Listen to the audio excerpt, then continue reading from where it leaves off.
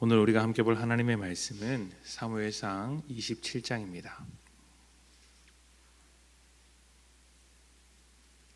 사무엘상 27장 1절부터 4절까지의 말씀,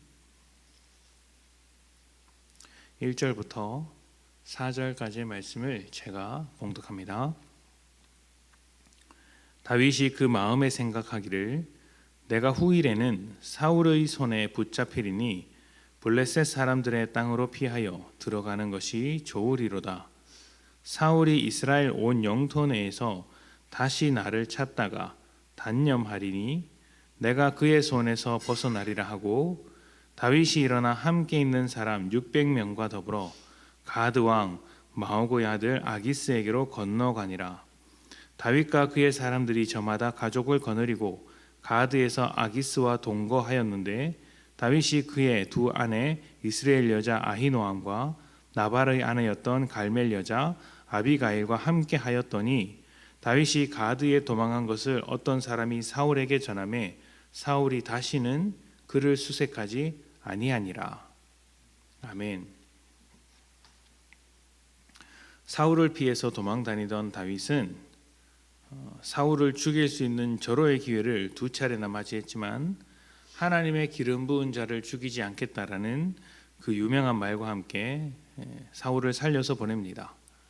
두 번이나 그렇게 했으면 다윗의 진심을 알아줄 법도 한데 사울은 그렇게 하지 않았던 것으로 보입니다. 목숨을 건진 그 순간은 다윗을 칭찬하고 인정했지만 이내 마음이 바뀌어서 다윗을 쫓아갔던 것이죠. 아무리 긍정적이고 아무리 여유 있는 사람이라도 나쁜 일이 반복되고 위기가 반복되면 내 인생이 왜 이렇게 힘든가, 절망적인 생각에 빠져들 수밖에 없습니다. 다윗도 그렇죠. 사울의 계속된 추격이 언제 끝날지 알 수 없습니다. 지금 상황만 보자면 영원히 끝날 것 같지가 않습니다. 사울이 죽기 전에 자기가 먼저 죽을 것 같은 그런 상황입니다. 한 번 추격했는데 벗어나고, 두 번째 추격에서도 벗어나고, 죽일 수 있는 기회도 살려주고 했는데도 계속해서 쫓아오니 어렵게 느껴지는 것이죠. 이렇게 절망적인 상황에 내몰리다 보니 하나님의 약속을 생각할 겨를도 없습니다. 아무런 희망이 없다고 생각한 다윗은 결국 원수의 땅 블레셋으로 정치적인 망명을 합니다. 서로 전쟁을 했던 관계, 그리고 죽일 듯이 달려들었던 싸웠던 사람들에게 자신의 운명을 맡긴 것이죠. 이런 결정을 내릴 수밖에 없었던 것은 한계 상황까지 몰렸기 때문입니다. 우리나라에서 열심히 살다가 정말 안 되는 분들은 이민을 심각하게 고민하듯 다윗도 이스라엘 땅에서 계속해서 도망하면서 살다가 더 이상 피할 곳이 없다고 생각하자 원수의 땅 블레셋으로 넘어가게 된 것이죠. 다윗이 블레셋 땅에 들어가는 것이 어떤 의미를 지니는지 사울의 짧은 반응을 통해 생각해 볼 수 있습니다. 이스라엘 온 땅을 뒤지며 다윗을 찾아다녔던 사울은 다윗이 블레셋 땅에 들어갔다는 소식을 듣자 더 이상 추격을 하지 않습니다. 추격을 멈췄던 것이죠. 왜 그랬을까요?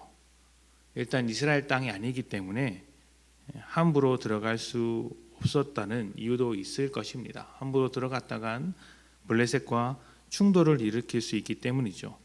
그런데 더 중요한 부분이 있습니다. 다윗이 블레셋의 품에 안겼다는 것이죠. 겉으로 볼 땐 이스라엘 나라의 원수였던 블레셋 나라에 들어간 다윗이기 때문에 민족의 배신자라고 할 수 있습니다. 왜냐하면 지금도 블레셋과 이스라엘은 전쟁 중이기 때문입니다.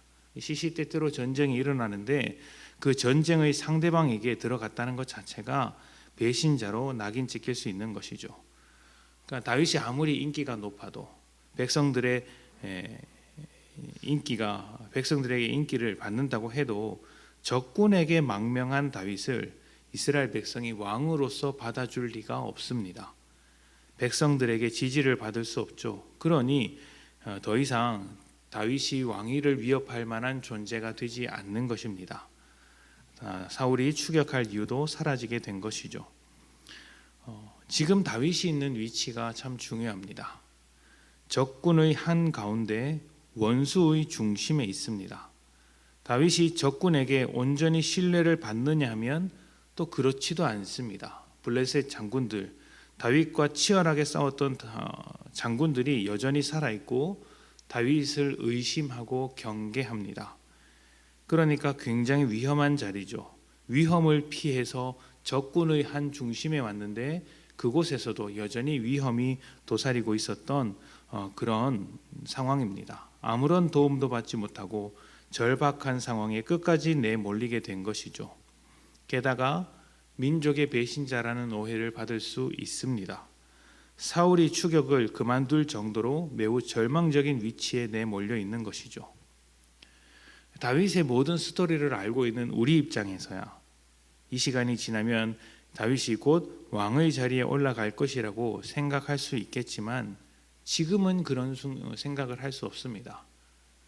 왜냐하면 절망적인 상황에 몰려 있기 때문이죠.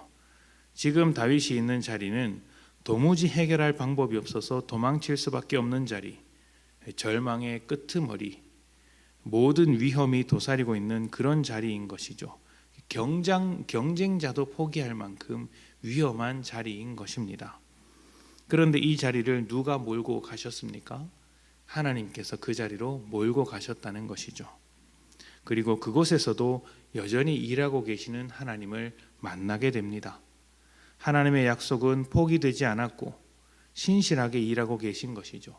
이 점이 우리의 인생에서 참 놀라운 것이라는 것을 우리가 깊이 생각해 볼 수 있어야 합니다. 우리는 우리를 둘러싼 상황을 보면서 수없이 절망을 합니다. 인생의 가장 어두운 터널을 지날 때도 있고 또 좋지 않은 일이 몇 가지 겹쳐서 밀려올 때도 있습니다. 또 나를 둘러싼 수많은 사람들이 원수와 같고 도움이 없는 그런 상황일 수도 있습니다. 괴롭죠. 그러나 그 가운데 있는 우리를 향한 하나님의 약속은 포기되는 것이 없습니다. 오히려 그렇게 어두운 상황에 내몰려 있는 나를 이해하시고 그 절망적인 시간을 사용해 주십니다. 이것이 우리의 생각과 계획을 뛰어넘는 하나님의 일하심인 것이죠. 다윗과 같이 원수들에게 둘러싸인 상황에 놓여 있을지라도 그곳에서 하나님의 뜻을 구해야 합니다. 블레셋 가운데 있을 때 하나님께서 이스라엘 땅에서 어떻게 일을 하고 계시는지, 또 블레셋 가운데서 어떻게 일해 나가시는지는 다음 말씀을 통하여서 우리가 계속해서 살펴보겠지만, 가장 어두운 곳에 있을 때 하나님을 의지하는 것이 진짜 믿음이라는 것을 먼저 생각했으면 좋겠습니다. 어두운 곳에서 하나님은 우리를 새롭게 할 것이고 또 그곳에서 건져내실 것입니다. 그리고 우리를 향하신 선하신 뜻이 이루어지는 것을 볼 때 하나님께서 어떻게 일하셨는지 그제서야 알게 되겠죠. 하나님을 붙들고 가장 어두운 시간을 승리하시기를 부탁드립니다. 다 지나고 나서 하나님의 뜻이었구나 이렇게 아는 것도 믿음이지만, 지나기 전에 이 가운데 하나님의 뜻이 있겠구나 기대감을 갖는 것도 믿음입니다. 어두운 하루를 살아갈지라도 하나님을 신뢰하며 변하지 않는 하나님의 약속을 신뢰하며 믿음으로 살아가시는 복된 성도님들이 되시기를 축복합니다. 함께 기도합시다.